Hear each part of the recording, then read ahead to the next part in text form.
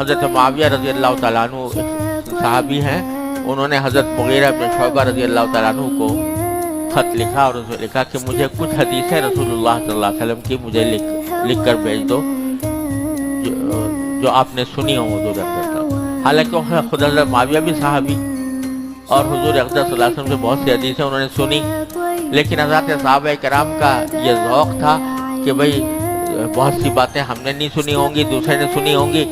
تو ان کو خط میں لکھا کہ آپ مجھے کوئی حدیث بتائیے جو آپ نے رسول اللہ صلی اللہ علیہ وسلم سے سنی ہو۔ تو